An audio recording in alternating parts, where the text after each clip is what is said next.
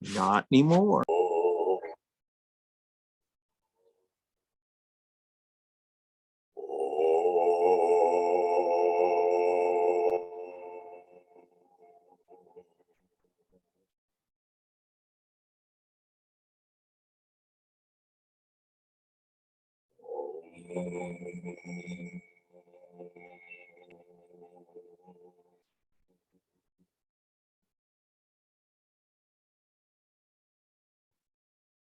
Gurur Brahma, Gurur Vishnu, Gurur Devo Maheshwara, Gurureva Param Brahma, Tasmai Shri Gurave Namaha. Chinmayam Vyapyat Sarvam Trailokyam Sacharacharam Tatpadam Darshitam Yena Tasmai Shri Gurave Namaha. Tvameva Mata cha Pita Tvameva Bandhuscha Sakha Tvameva Vedyadravinam Tvameva Sarvam Mama Deva Deva Tvameva Sarvam Mama Deva Deva. Jai Guru. Om Sahana Vavatu Sahana Bhunaktu Sahaviryam Karavavai Tejasvinavadhitamastu ma vidvishavahai.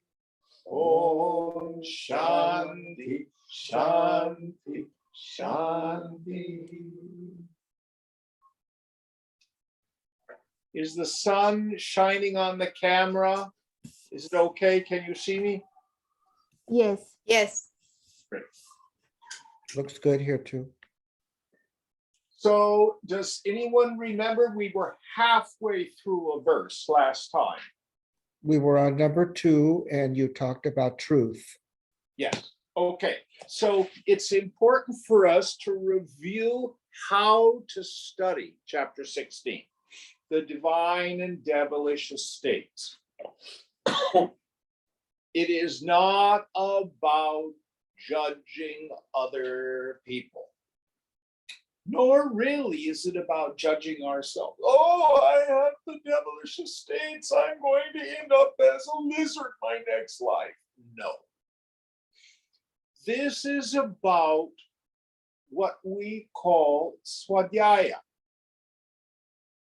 or an inventory process. And I think I framed it with the first sutra of the second chapter of Yoga Sutra. Did I talk about that last week?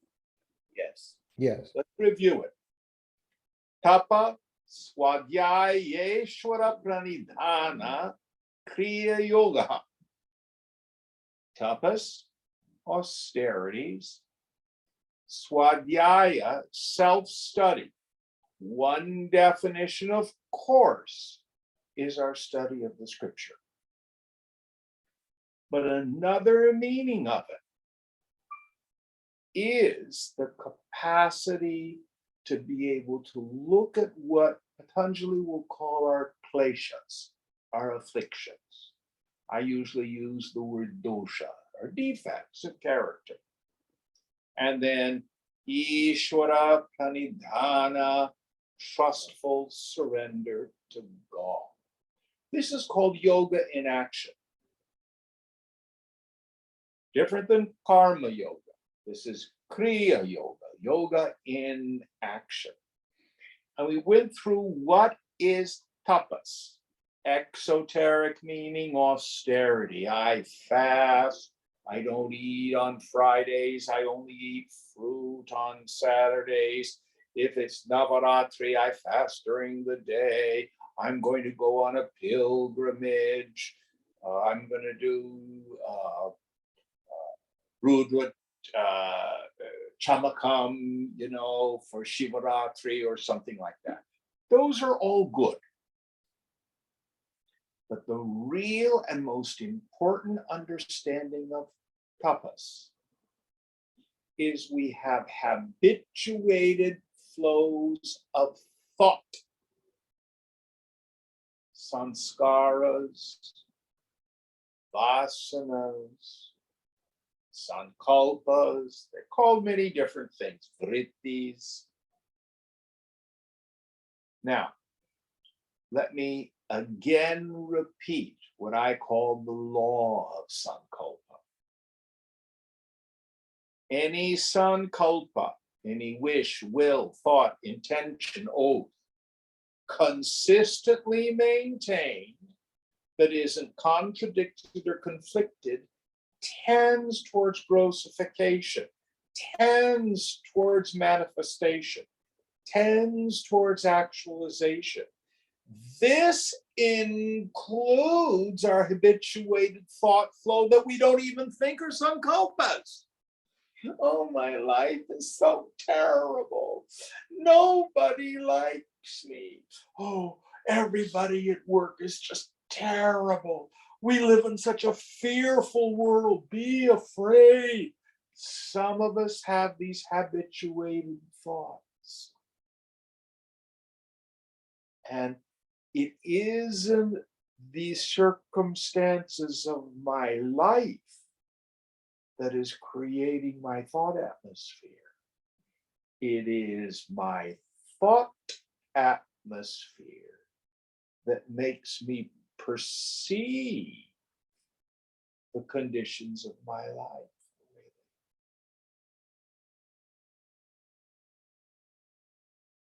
A yogi takes responsibility. If I'm disturbed, no matter the cause, I'm the one with the attachment. I'm the one with the habituated thought flow. I'm the one with the expectation, the identification. It is my habituated negative thinking that makes me perceive a negative world.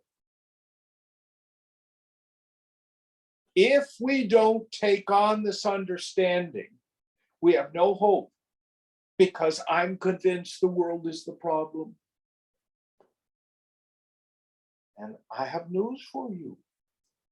You can't change other people. Ask any wife, how successful have you been at changing your husband? Or vice versa. Or vice versa, yes. So the earliest practice of tapas is to be able to nip those thoughts in the bud and turn the flow of thought into a different direction.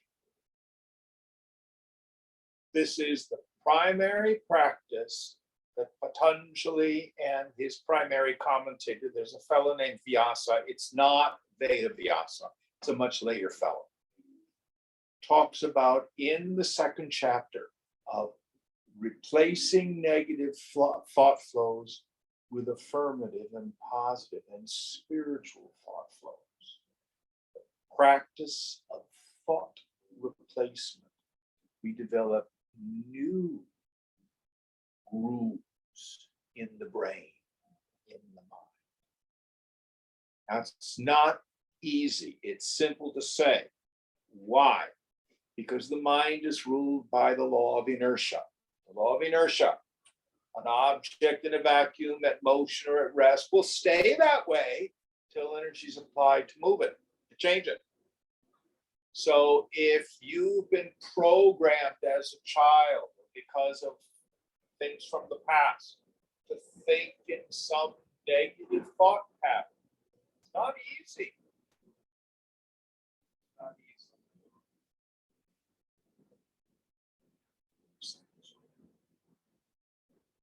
Shankara has a wonderful image. You have to imagine a child playing with a rubber ball at a temple in South India, one of those really tall ones with all the steps. Child is bouncing the ball and it bounces on the first step. That's my first negative thought. I can catch the ball. But what happens if it bounces on the first step and then the second step? Ka-chunk, ka-chunk, ka-chunk, ka-chunk, ka-chunk, ka-chunk, ka-chunk, all the way to the bottom. I'm in bed with the covers over my head. I don't want to get out. That's where we go. So our practice is when that first negative thought arises, turn the mind. The opposite idea is a good place to start. Now, we have all sorts of formulas in the tradition of what are some of the positive thought flows to cultivate. In Yoga Sutra, we've got the yamas and niyamas. That's a great list. I'm not going to go through them tonight. It's ancillary to what we're doing. If you go to Viveka Chudamani, you see the qualifications of a fit student. Great places to turn the mind. And here in Gita, we've got Vyasa's list of positive traits to cultivate. And then later, we've got an inventory. See if you have some of these negative ones. What do I do about it? Swadhyaya. First of all, I have to be conscious of it. 90% of healing is becoming aware. Then I take up a practice. Change. Start with just one of them and move it from the red column into the black column. Any thoughts about the practice? Now, for those of us who are Advaitans, later on we're going to drop all the thoughts. This is for the beginning layer of our practice. Okay, so we left off with Satyam in the second shlok. Correct. Okay, all right. Would you, we did the Sanskrit last week. Go ahead and just finish with the English. What's the next idea? Absence of anger. Yes. Yoga's definition of anger. Anybody remember? Unfulfilled desire. Thwarted desire. Thwarted desire, unmet expectation. If you think, why am I angry? I didn't get what I want. It's not happening the way I think it should. Most of these trace themselves back to kama, craving, sangraha, attachment, grasping, and usually underneath that is bhaya, fear. I'm afraid I lose what I have. I'm not going to get what I want. I need things to be a certain way in order to be happy. And when the world doesn't behave the way I want it, I get angry. And then we go to God, because I've got this weird idea that God's my errand boy. I have news for you. God's not your errand boy. God's not Santa Claus. God's grace is constant. God's unfolding the universe just fine. Most of our problems that we have here and now because of stupid people caught up in ignorance, treating ourselves, one another, and the planet in a very, very negative way.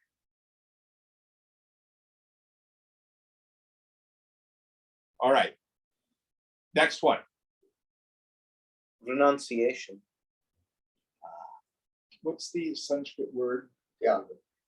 Tyaga. Okay. Actually, these are two words that are quite similar, but not exactly.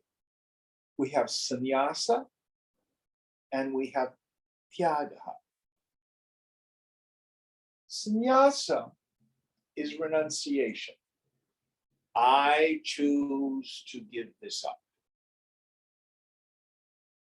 Tyagaha actually means abandonment.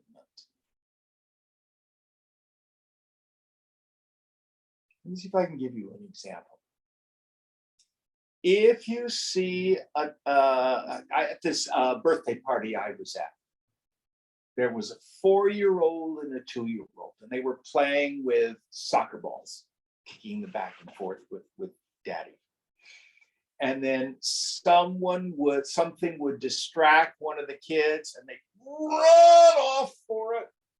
And guess what happened to their attention for the soccer ball? Gone.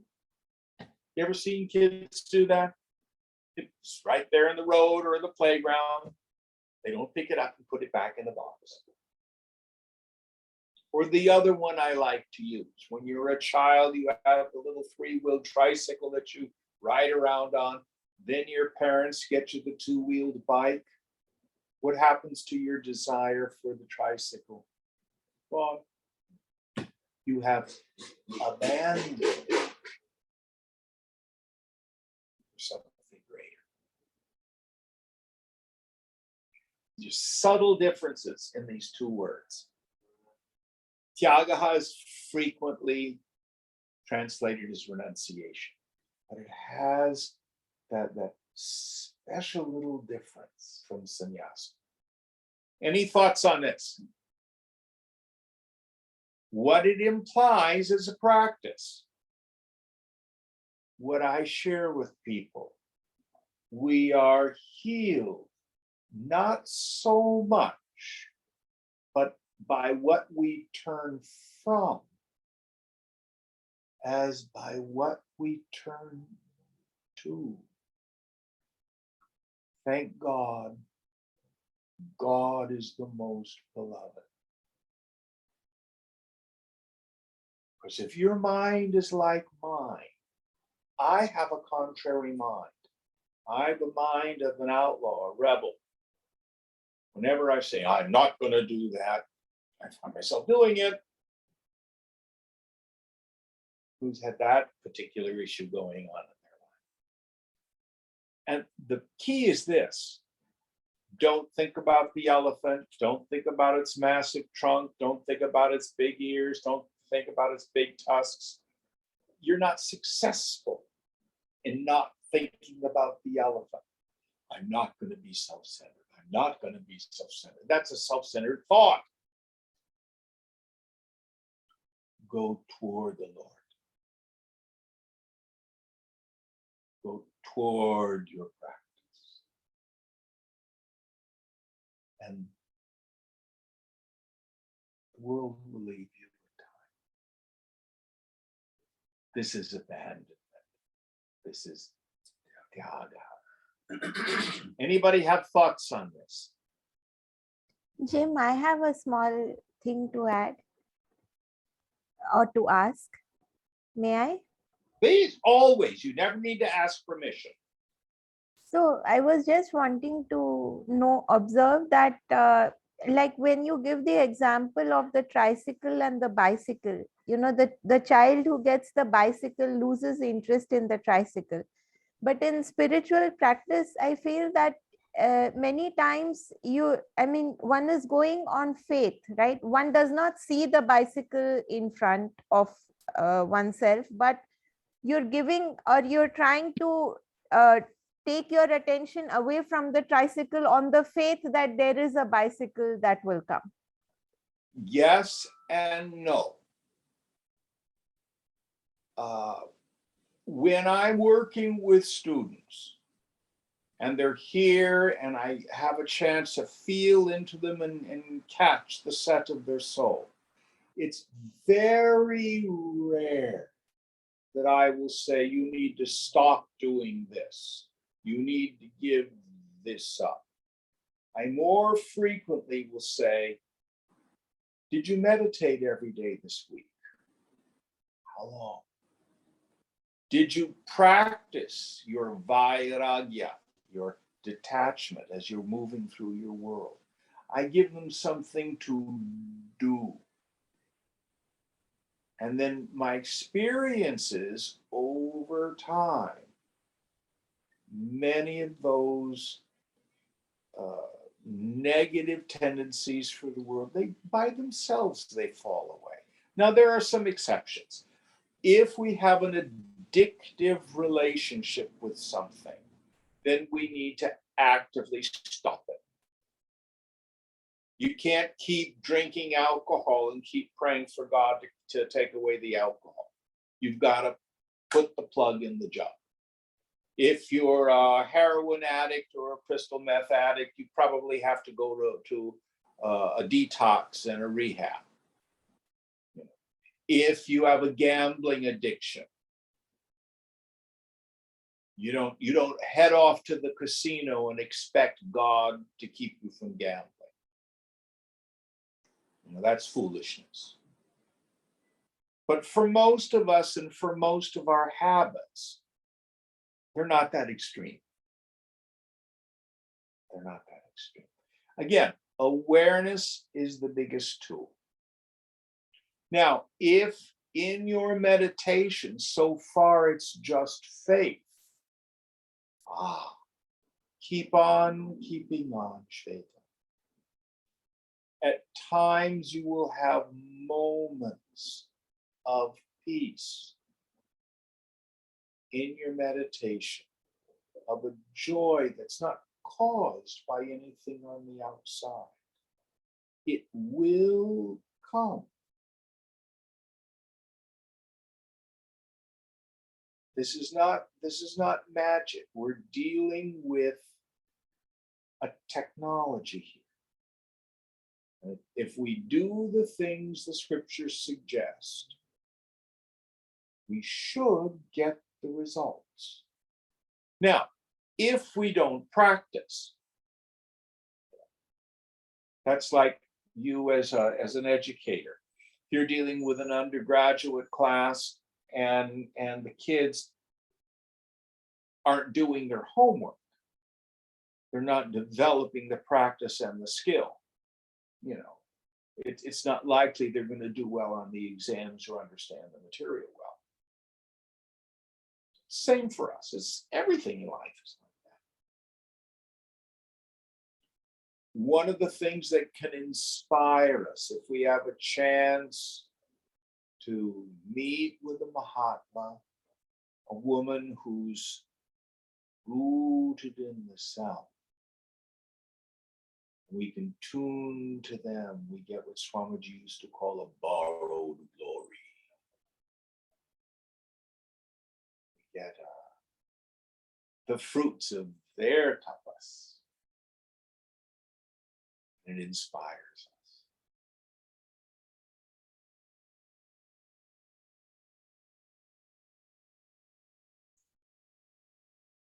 I don't know if that's helpful. Yes, thank you, Jim. Next idea. Peacefulness. Shanti. Shanti. Being at peace. So here is the practice. Make peace of mind your most prized possession. Swami Tejamayananda used to use an example that if you had a fire and you could only grab one or two things and rush out of the house, what would it be? Would it be pictures of some loved ones? Would it be some jewelry? Would it be the backup of your computer? What's precious to you? So what we want to do is make peace of mind our most prized possession. And most of us will squander it on an unkind word or a scowl.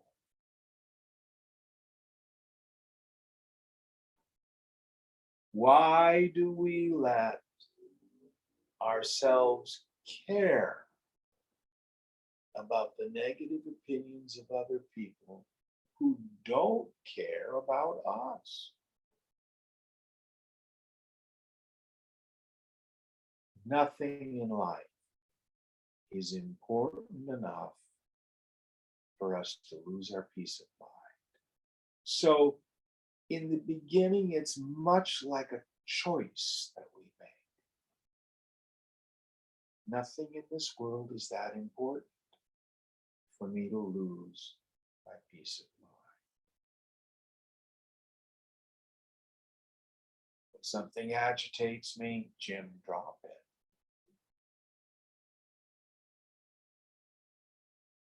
Any thoughts on this? I've heard a thought over there. Okay, yes, no. It's okay. No. Next one. Absence of crookedness. Yes. So this is a negative way of talking about straightforwardness. The yogi wants to practice being a woman or a man of integrity. When I'm wrong, promptly admit it. When someone harms me, endeavor to forgive them. Don't cheat on your taxes. Don't cheat in business. Don't cheat in academia. Don't fib or lie to people to get what you want.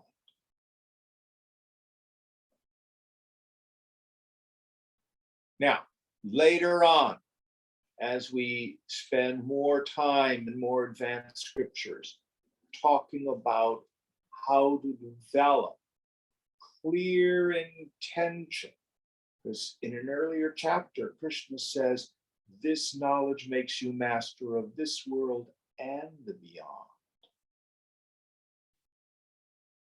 We find that this lack of crookedness, this being a person of impeccable integrity, is empowering.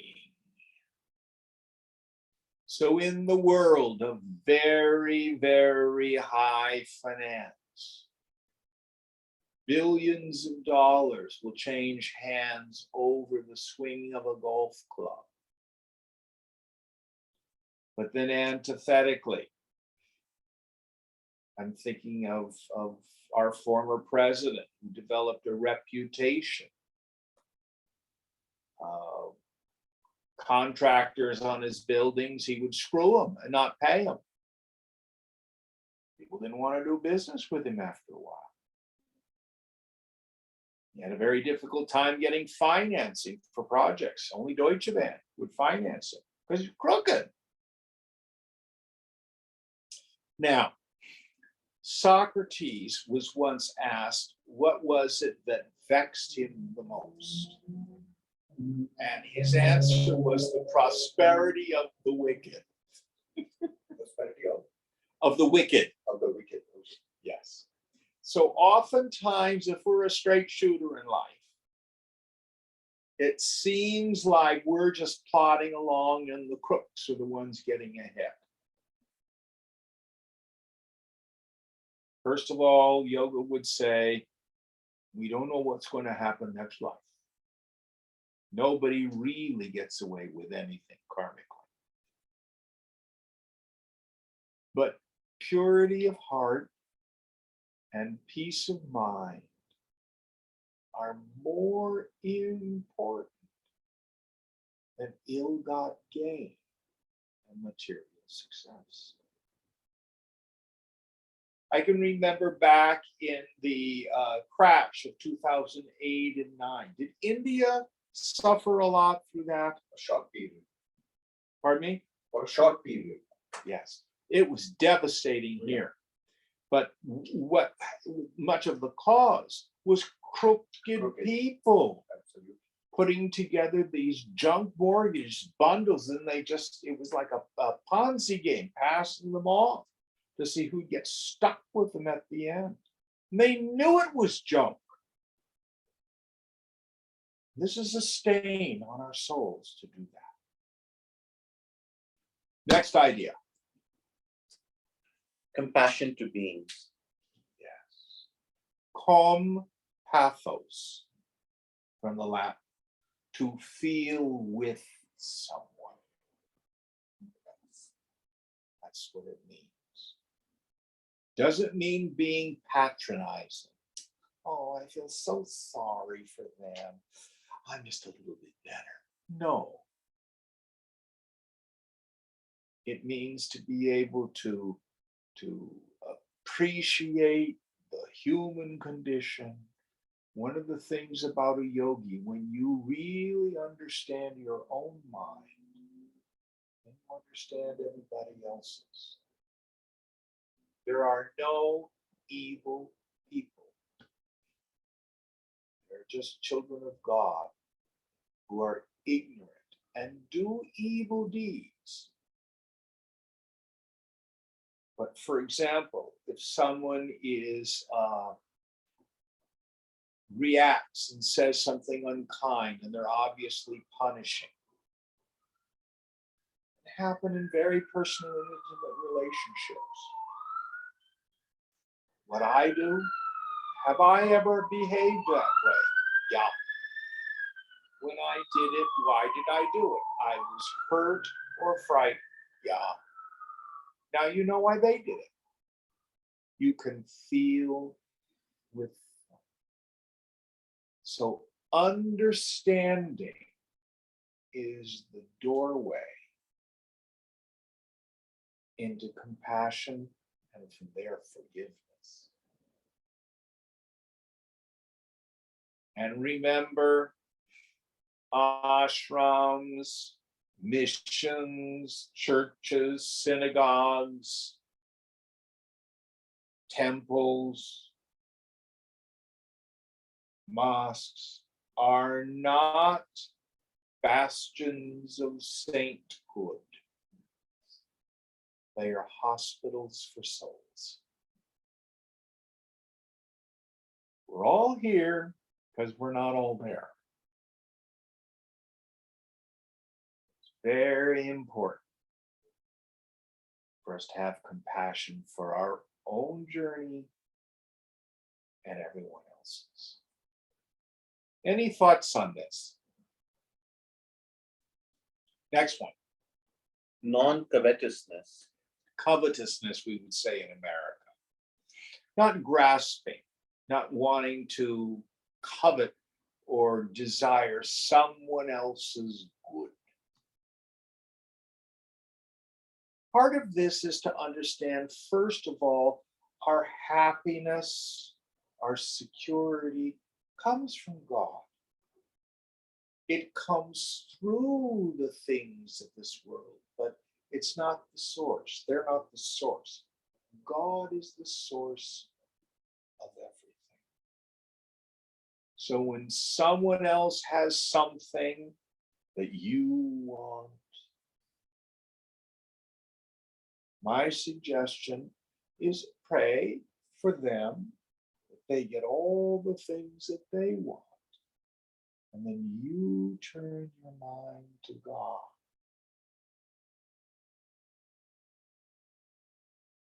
Go for the pearl of great price. The Chintamani. Who can tell me what the Chintamani is? Wish fulfilling gem. It's not magic. Oh, I've got this very special gem. It's going to give me everything I want. No. Chintamani is knowledge of yourself. Then your heart is full. Then your heart is full. It's one of those things. If I see my mind being covetous of the good of others, and frequently what we'll do is, I'm not as successful. What do the kids call it? FOMO? Mhm. Fear of missing out.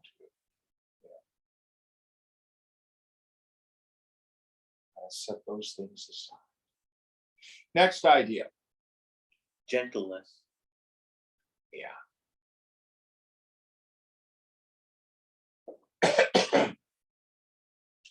That doesn't mean putting on a phony facade.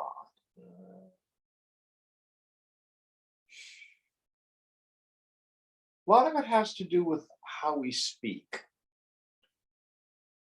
Someone years ago shared with me one of the Buddhist paradigms for right speech, which I've held on to. I like it. Is it kind? Is it truthful? Is it useful?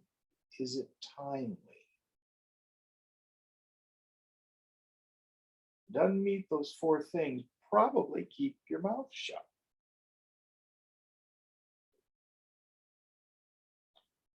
That may not be the order that the Buddhists name it.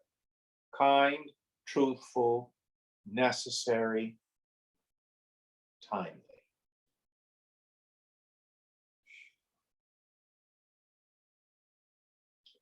And then the antithesis, avoid nasty comments. Cruelty isn't funny. And a lot of people, I don't know if they do this in India so much, but there's young people who oftentimes, I'm clever if I can come up with a cutting comment.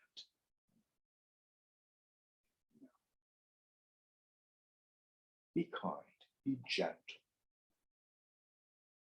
be affirmative. Next idea. Modesty.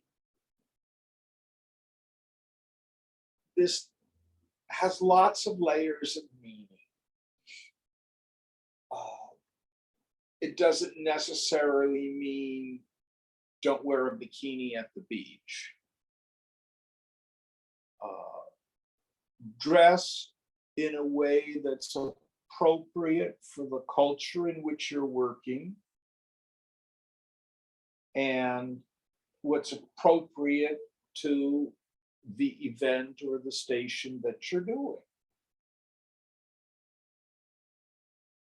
False modesty is self-deprecating speech.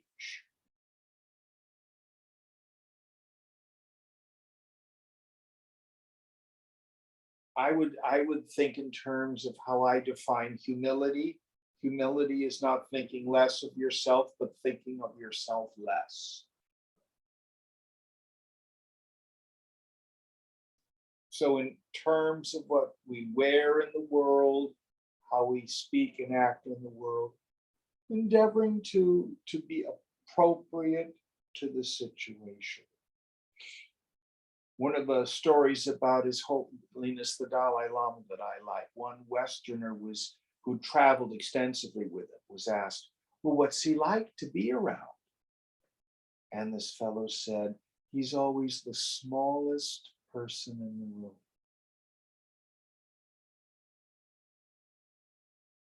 We've all known people where we engage them in conversation and they have to tell you about all their stuff, how great they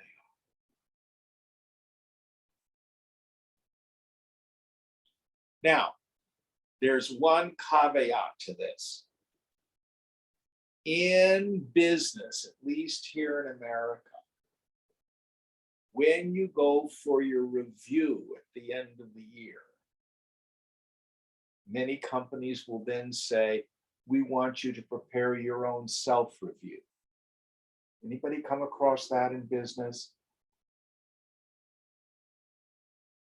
If I'm super modest, I won't get my bonus. So, endeavor to be truthful. Endeavor to be truthful. Don't be falsely modest. Next idea. Absence of fickleness. Yes. So when we talked about becoming empowered with a clear sankalpa, a sankalpa that's consistently maintained. Frequently, we set our intention on something and well, maybe this isn't going to work. I'm going to go do this. This spiritual practice isn't working. My mantra isn't working. I'll get a different mantra, or anything in life. So we want to be able to develop clear intention and earnestness towards the goal. Next one. Next verse. Next verse. Okay.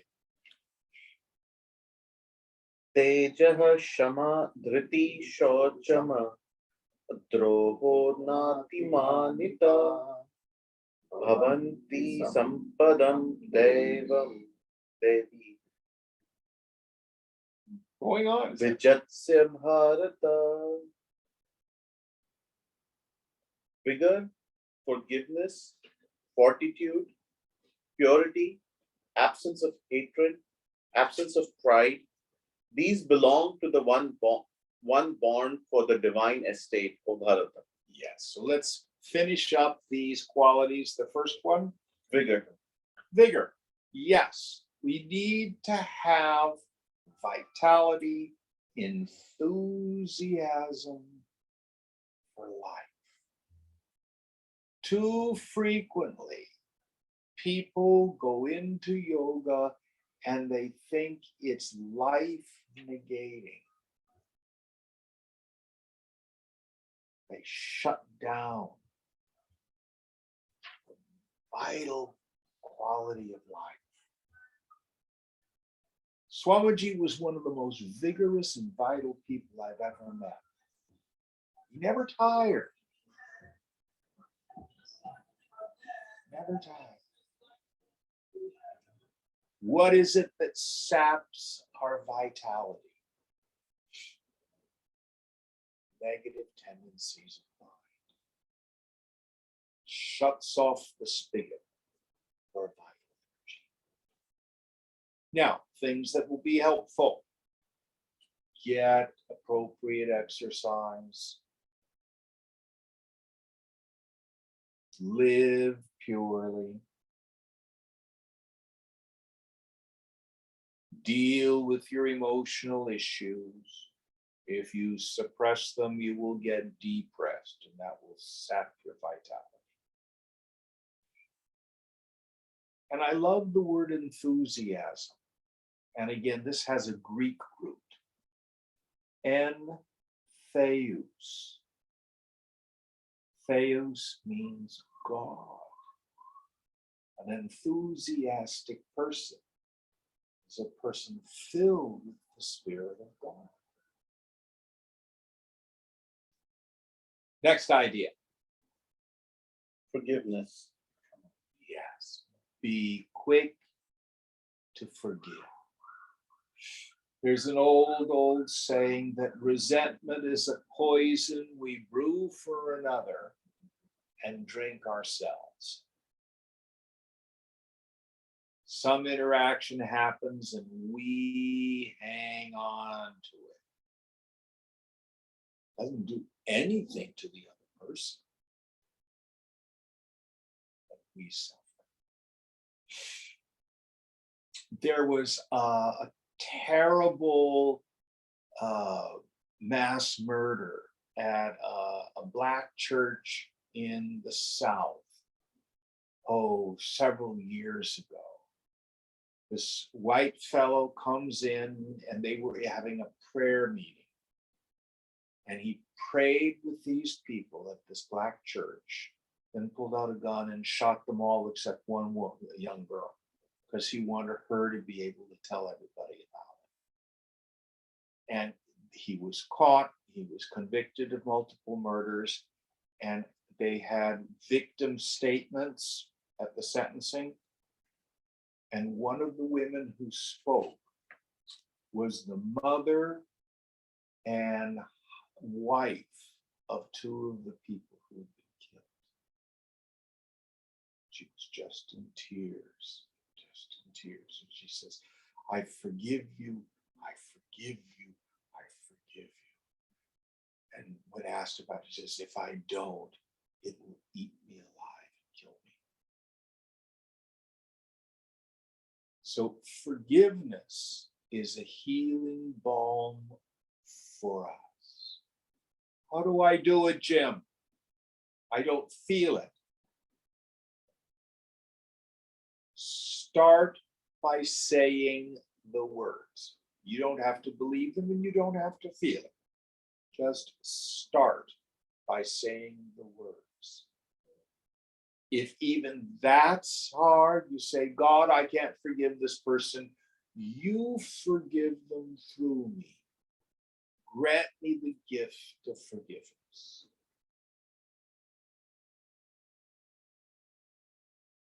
Any thoughts on this practice? Yes, Jim. Yes.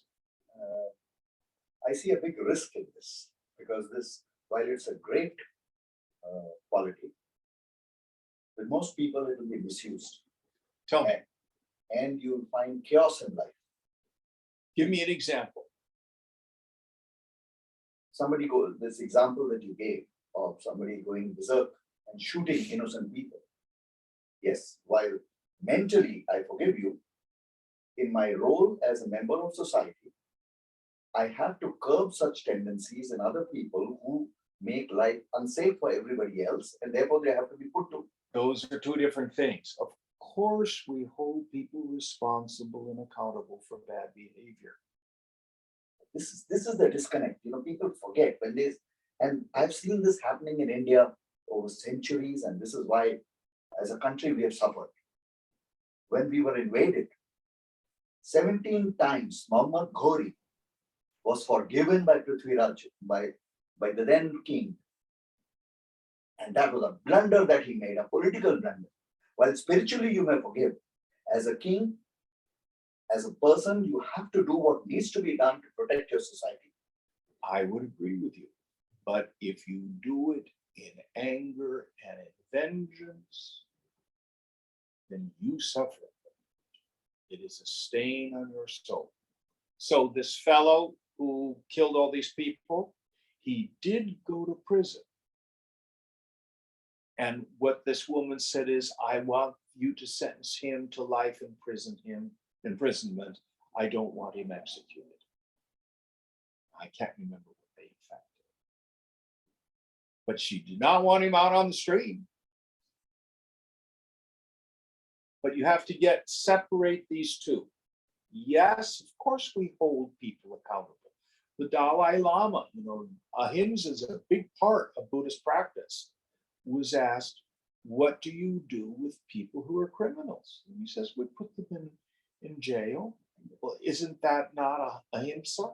And he said, actually, it is, because if they were being permitted to do violent acts, not only does it endanger society, but spiritually it endangers them. So this forgiveness is a quality of heart. Do you see the distinction? Yeah. No, very good point. Very good point. It is misunderstood by most people, unfortunately. Well, and there are times when we do need to forgive the behavior. But that's between you and God, and you take it case by case. So, for example, a parent, and they have a child who becomes a drug addict.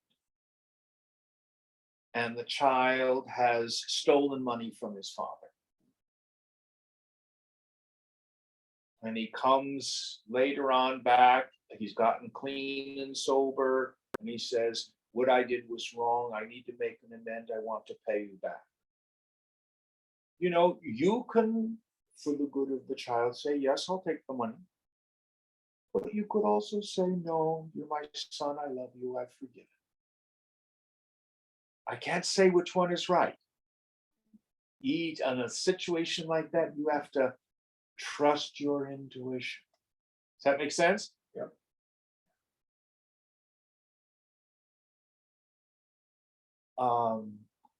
A married couple, and the wife finds out that the husband cheated on her.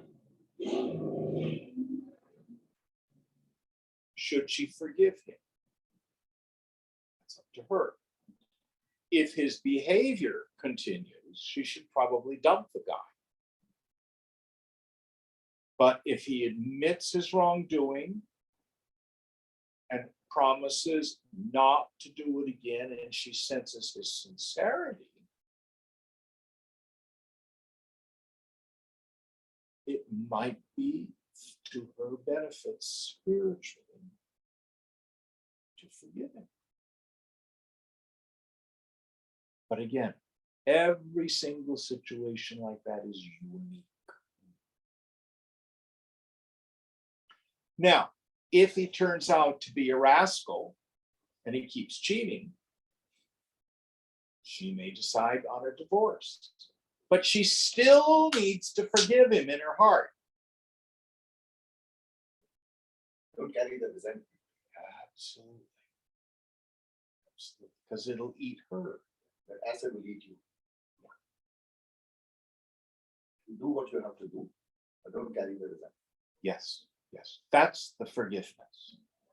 It's not about condoning or excusing the behavior.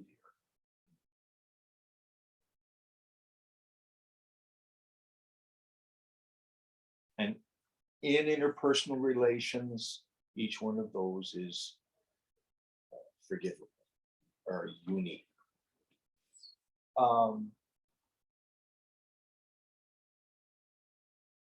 Here we are studying Gita.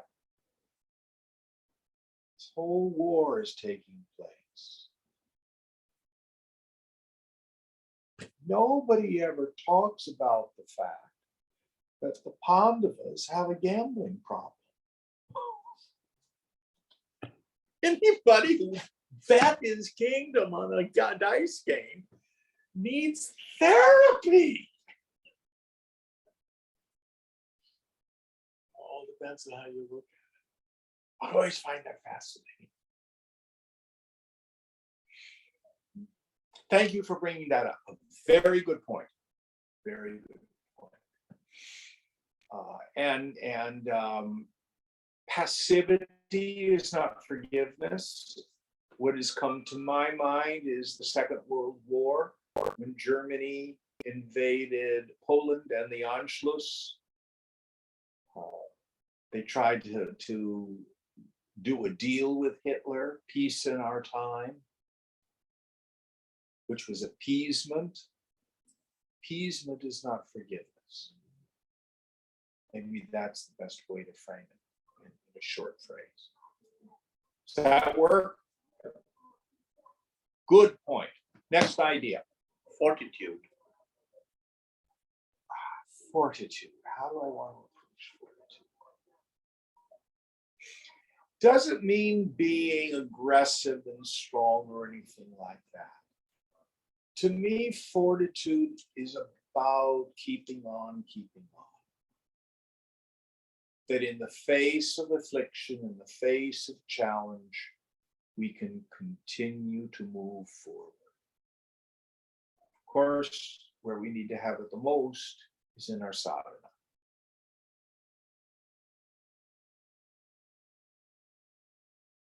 But again, in relationships, one of my favorite stories, when I used to work at St. Augustine's Church as the director of music, there was a lovely couple and they were celebrating their 60th wedding anniversary. And they stood up and my boss, Father Mark, was going to give them a blessing. But before he did it, he asked the wife, "Have you ever thought of divorce?" She thought for a moment. She said, "Divorce? No. Murder, yes." But she made a vow. She made a commitment. She had the fortitude to stay in it and work through the tough spots. Next idea. Purity. Okay. What does it mean to have purity? Well, we have the exoteric things. Bodily cleanliness, keep your home ordered and sattvic. You find that, for example, if there's total chaos in your home, it can be very hard to have a sattvic mind. Now, if you've got a bunch of small children, all bets are off. You do your best. But purity is not so much about ritual purity.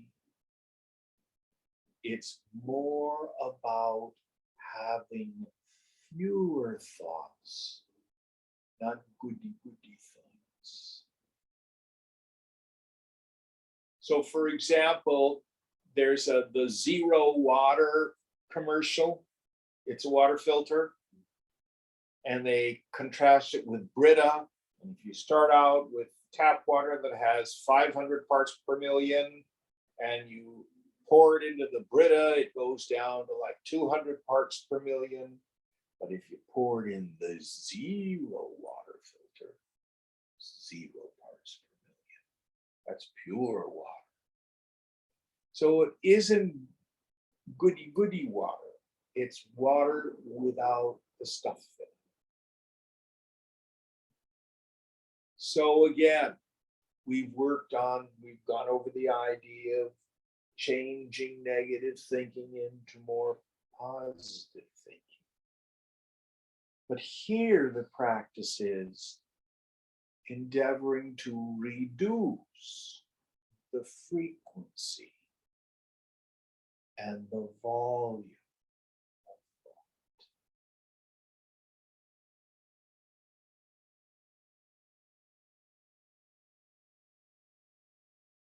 Let it go, let it go, let it go.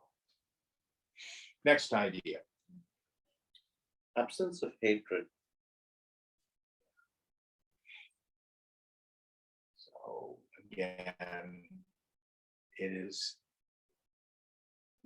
a very famous Zen story that typifies this. Once upon a time, there were these two samurai, and it was in the feudal period of Japan when they had the samurais. And there was a war, and the first samurai, we'll call him Samurai A, killed the feudal lord of Samurai B. So according to the codes, Samurai B was supposed to hunt down Samurai A and kill him to get justice, revenge. So in the stories, he chases this fellow the length and the breadth of Japan for years and years and years and years and years. Finally, he catches the guy. They engage one-to-one combat. All their disciples are a big circle around. There's this intense fight. Samurai B defeats Samurai A, has him on the ground, about ready to administer the death blow, and Samurai A spits in his face. Samurai B steps back, sheathes his sword, bows, and walks away. And his disciples are around him and they say, "Why didn't you kill him? That's what your duty was. You chased him for 20 years. And he says, "Because when he spit in my face, I became angry." So his spiritual practice was to do his duty as a soldier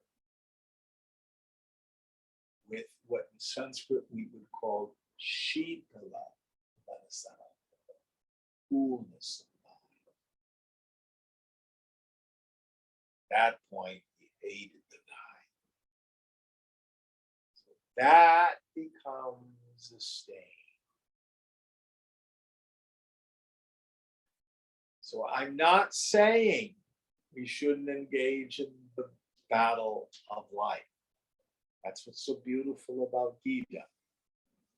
It's not written for pure monks up in the Himalayas. It's written for ordinary people in our own Kurukshetra, our own battle of life.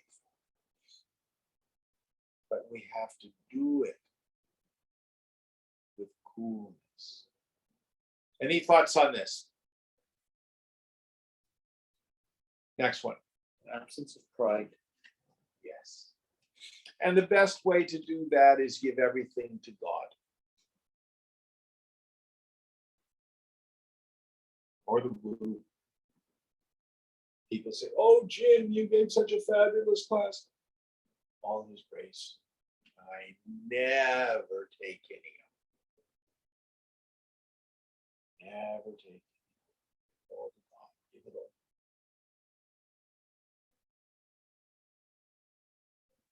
All right. So people who have an abundance of these qualities, they're on the right track, headed in the right direction. Their yoga is likely to be successful. These are qualities of head and heart. There's a whole list of them in the first two shlokas. All right, let's head into the next one. Do you want to chant it? Go, yes, you did a great job. What I could hear. Nice and loud so the Zoomies can hear you. Dambho darpo bhimanashrah shva krodha parushyameva cha ajnanam cha vijatasya partha sampadamasurim. Very good. And the Hypocrisy. translation? Hypocrisy, arrogance, and self-conceit, anger, and also harshness and ignorance belong to one who is born, O Partha, for a demonic estate. Yes. So, Vedanta is the most compassionate of all religions. For example, in Christianity, you do a finite action, something sinful, you get an infinite punishment.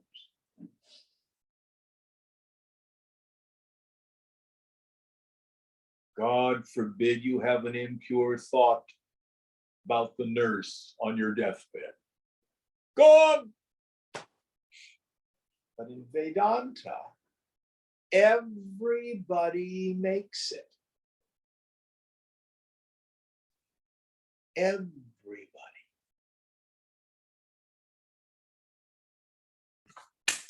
So we would say through all our many, many lives, we've done and been it all. You've been a man, you've been a woman. You've been a king, you've been a pauper. You've been a good person, you've been a rascal. Done it all. So when we talk about these demonic or devilish estate, this doesn't mean some sort of an infinite punishment. So, Shrunahu, listen carefully. We are not punished for our sins. We are punished by our sins. There's a big difference. If you get drunk on a Friday night and hop in the car and drive drunk and crash, you are not being punished for getting drunk. You are getting punished by driving drunk.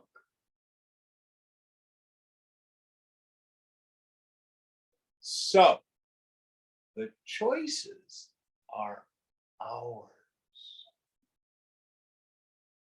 So, we need to hold this balance between karma and purushartha. We don't get what we want in life, many of us. And many of us don't even get what we need.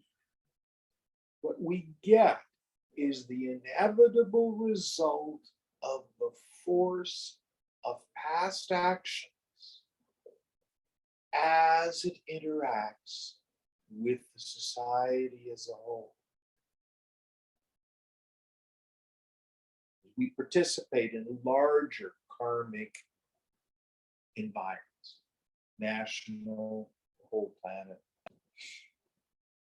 So, if you engage in the devilish or demonic actions and thoughts, you will reap consequences. There might be a time lag, but nobody gets away with it. In the Hebrew scriptures, the Lord says, then the prophet says, vengeance is mine, saith the Lord. That doesn't mean there's a God up there that's going to punish you and me. It means the divine law of cause and effect is an immutable law. It's like gravity, it's like hydrodynamics, it's like electromagnetism. It's one of God's laws. So karma is what we experience in the now, course of the past maturity. But what we do about it is our purushartha, our self-effort.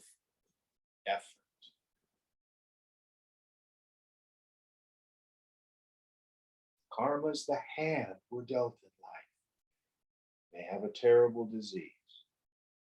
You may lose a child.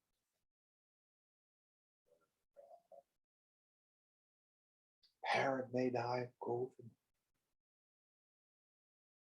Karma. But what are we going to do about it? That's our self-effort. It's our self-effort.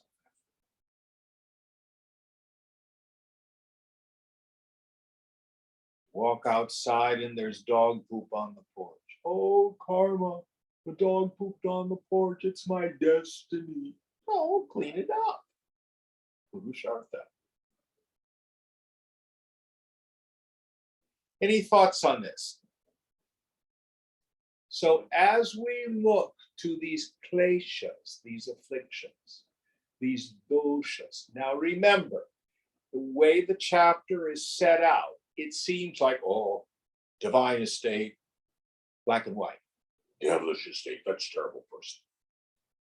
Most of us have some of both.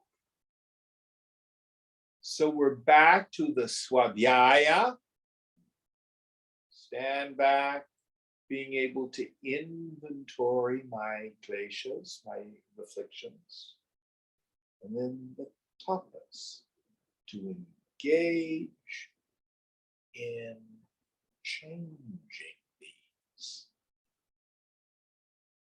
They are changeable. That's one of the great, great promises of yoga. Now, theoretically, it is possible to do yoga simply by inspiration. Practically speaking, most of us grow spiritually as a response to our suffering. If we have a bad habit, we usually intensely experience the result of that negative habit, and it hurts. It's humiliating. It's embarrassing. That becomes the engine for us to try to make a change. Is that clear? What we're supposed to do with this? So now Krishna, Vyasa in the voice of Krishna, is going to give us a list of possible kleshas for us to work on next week. You all don't have to work on them this week.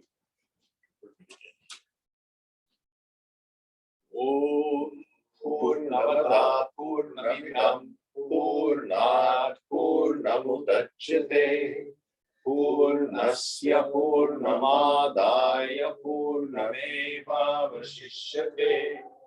Om Shanti Shanti Shanti. Hari Om. Sri Guru Pyo Namaha. Hari Om.